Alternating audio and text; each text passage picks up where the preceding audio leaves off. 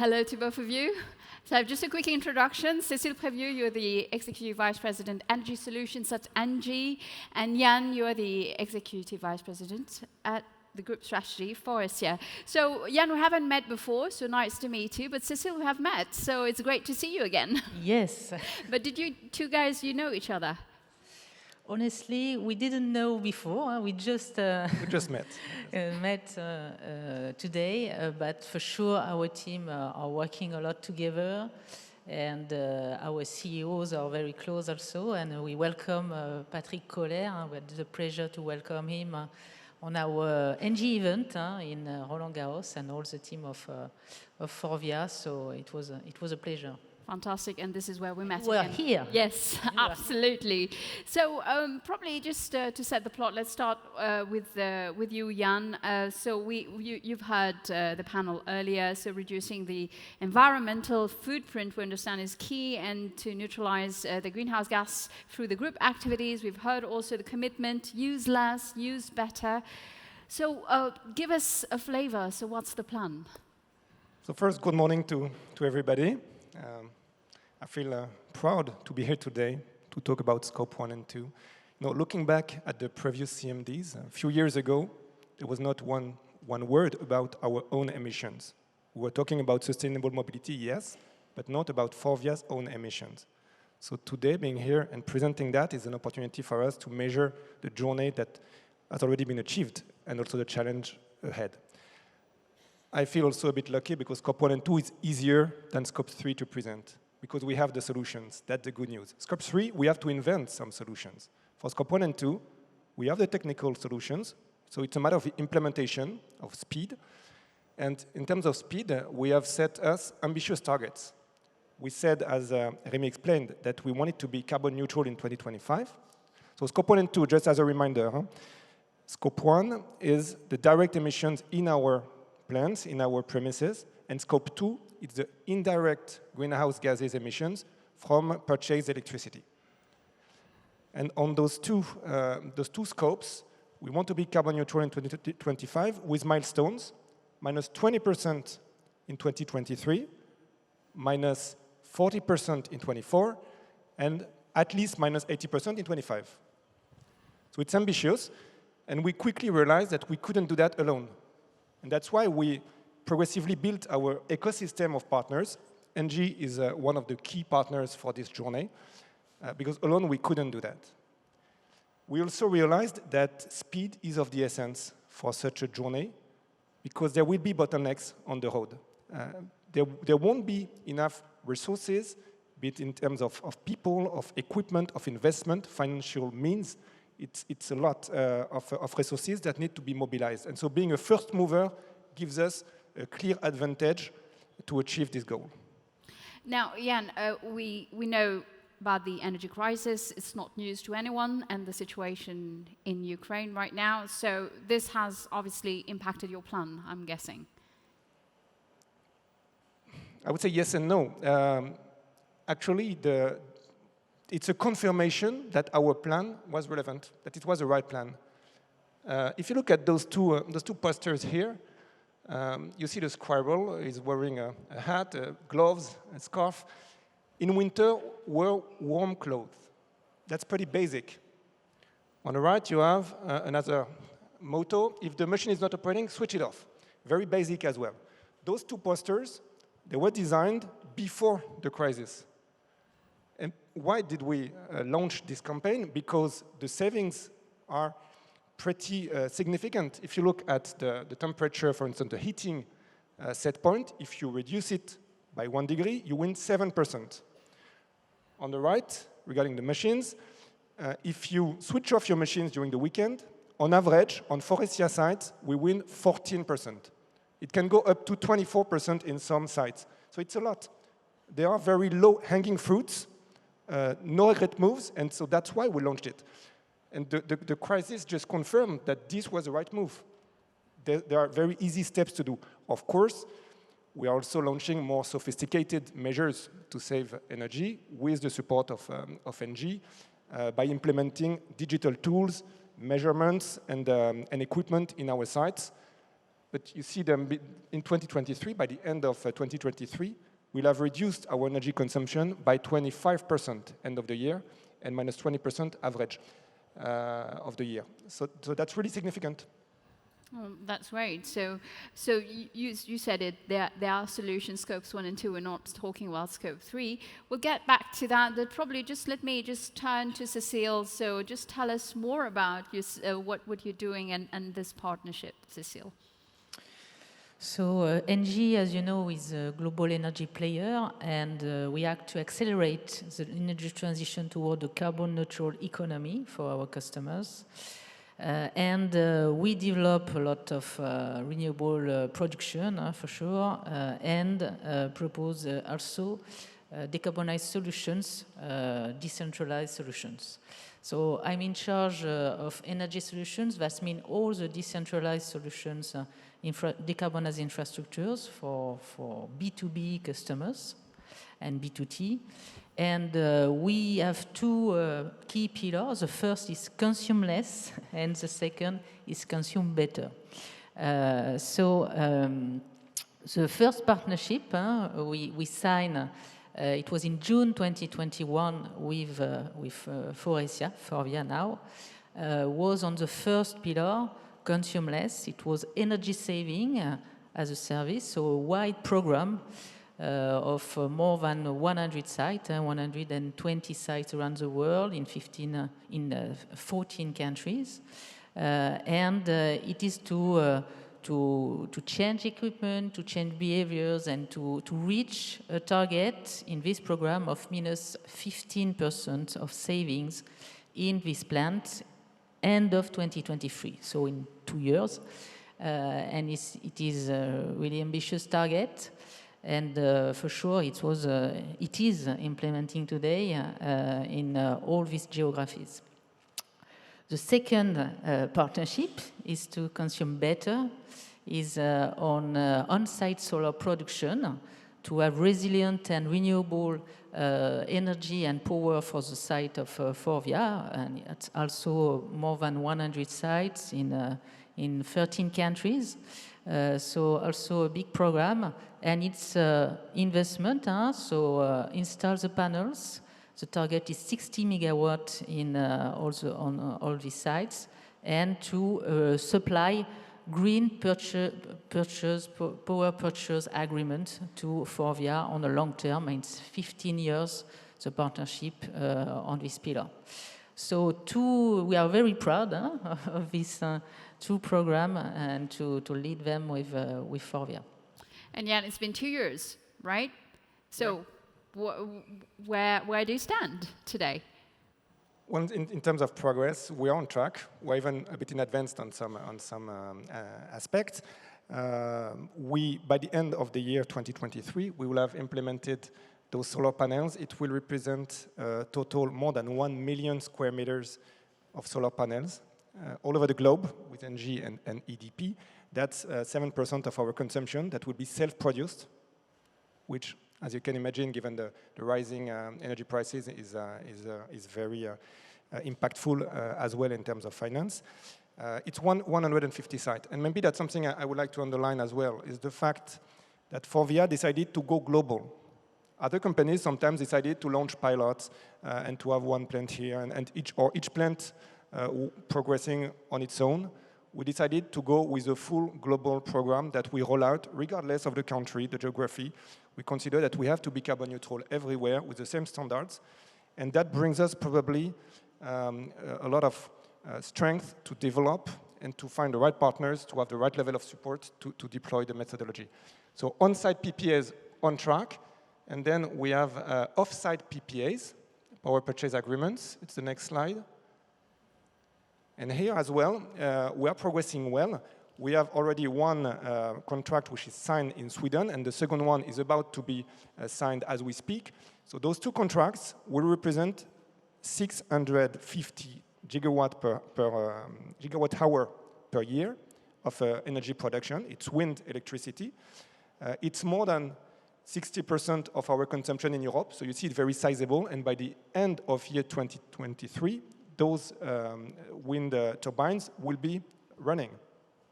So we're not talking here about 2045 or 2050. It's really end of next year. It's running. It's in Sweden. And Cecile, what do you think about this partnership? I mean, if you compare working, you're not just working with Forvia, obviously you have other partners. So how would you say compared to the others? So for us, it was a unique partnership at that time because of the scale, a lot of sites at the same time, the footprint, a lot of geographies, a lot of continents at the same time, and also the governance, because it's very key, the governance in the partnership. So this has been possible because Forvia is very mature on the energy transition in advance compared to other companies, and they have a visionary approach. Clearly, as you saw, as from the beginning of the morning, energy transition is not a constraint for Forvia. It's a performance lever, so it really makes a difference.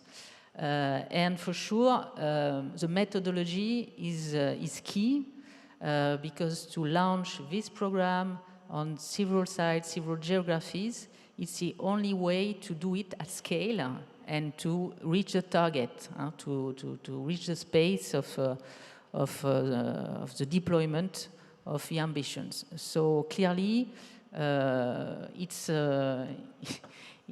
not everywhere that we have this kind of industry. And in terms of governance also, the program is led at the top level, the CEO and the management team of the company. It's the same for us. We lead at a high level this program. And there is a corporate team, a central corporate team, a global legal framework also that accelerates the things. It's not a contract country and side by side. We have a global legal framework, so it's accelerated a lot. And when we have a blocking point, we have this central team that helps to resolve the blocking points and to go forward. So really, it's in terms of governance, it was the first time we saw this and this mobilization in a company. So you mentioned 120 sites worldwide. So Jan, what are the differences in the regions? I suppose it's not the same working everywhere. I said our ambition is the same everywhere. We make no difference regarding the geographies. We want to have a standard rollout of our ambition. But it's true that the electricity markets are not the same everywhere. If you look at Europe, it's probably a bit easier because the market is well structured. All the countries are connected in terms of grid infrastructure. I speak under the control of Jean-Bernard Lévy, but I'm not an expert. My understanding is that except UK, Poland, and Romania, all the countries are connected, which means that you can install wind farms in Sweden, and you use the green energy elsewhere. It works because the grid is connected. That's not the same situation in the US, for instance, where the regulations are still moving. So we are it's more on following up actively the changes. In China as well, the situation is different.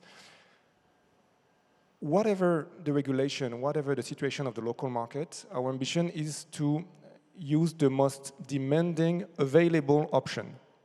So in Europe, definitely, our goal is to create additional renewable capacities. That's what we do in Sweden with those two projects I described. Elsewhere, maybe it's not going to be possible, so we'll find alternative options, but always go for the most demanding option, no compromise on the ambition, regardless of the geography. Mm-hmm. Cecile, maybe a quick comment on the different sites? Yes, for sure. Depending on the region, it's not the same context. So in terms of regulation, in terms of energy mix also in the countries, and in terms of cultures. So for culture, when you drive transformation, you clearly need to adapt on the culture. And I think that the footprint we have in ENGIE and in Forvia help us to understand the things and to do this transformation in a better way. All right, now, so maybe you could share with the audience, so what are the main lessons that should be learned so far, and probably just a quick highlight on the main challenges that remain ahead, Jan? So go fast is one of the lessons. I really believe that there's a first mover advantage here. For the PPAs, for instance, the power purchase agreements, there are opportunities, but not so many. So the first mover are clearly advanced, and we will benefit from this advantage. Go global. That's, I think, also a key takeaway, and also go collective. We could not have achieved this without relying on strong partners. And my feeling is that it's really a win-win situation. We are learning together. I mean, for NG, for Schneider Electric, for all our partners, they are learning with us. And so that's clearly the key takeaways. Now, there are challenges. The road is not that easy. We know that the first part of the journey is always the easiest one. And then there's a last mile to go if we want to reach full neutrality. We'll have to electrify all our processes. We have identified in our plans a few processes, 7 processes that needs to be adapted. We need to review the heating of our buildings by installing heat pumps. We also need to work on our injection presses. So all those last mile solutions exist, but if we want to go fast and go global, it's going to be a challenge. Also in terms of financing, it's a lot of money. We haven't mentioned it so far, but the amounts of money that need to be invested to deliver this roadmap are amazing. We're talking about more than 1 billion investment total. It's not for Forvia, which invests, hopefully. We find smart ways to have deconsolidated approaches. So either it's our partner or it's a different scheme, but this is deconsolidated, but still it's a lot of money. It's more than 100 million for the energy savings and more than total 1 billion, including the PPAs. So that's a lot of money. And this funding will be available for the first movers, maybe not for everybody, for the laggards. Mm-hmm. And Cécile, from your perspective, what are the lessons learned? So the lessons learned is that partnership is really better to create together values and compared to common contracts, contractual approach. So clearly, it's a good way to do things together. The second is to be really solutions-oriented, to adapt, because sometimes we think that one solution will fit for all, but it's not the case. So we need to adapt to the operational constraints, and yes, to drive the results together, really to in executions and to be sure that we reach the target. Mm-hmm. So the next step for us is deliver on time the 2 programs. So the first challenge. The second is also to deploy this approach to ELA now. So a new perimeter with bigger plants and more complex, perhaps, sites compared to Forvia. So this is also a challenge.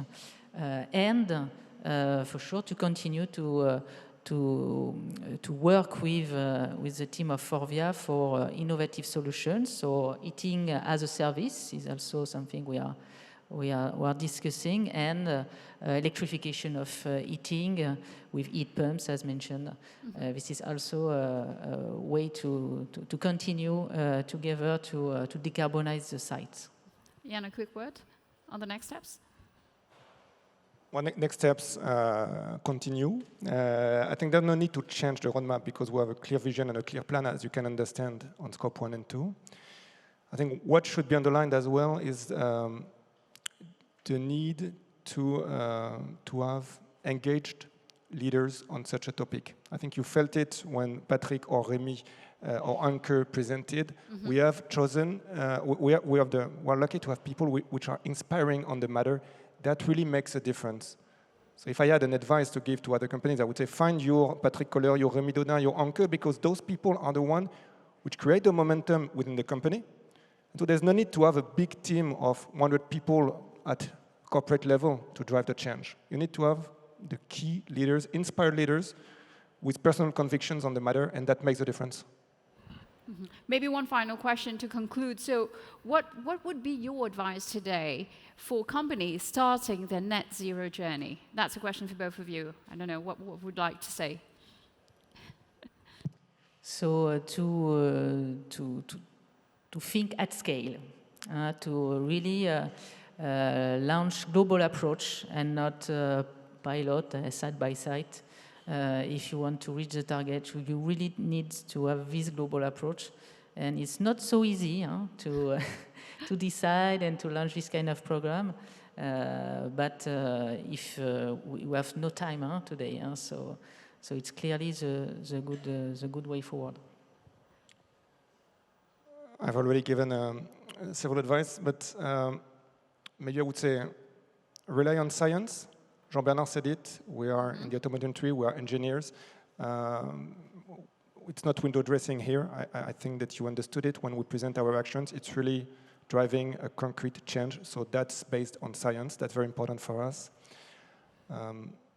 Second advice would probably be ambitious. Set yourselves targets that look not achievable at first sight, but then it forces you to find the solutions and to go faster than what you would have normally done, and that's what we did.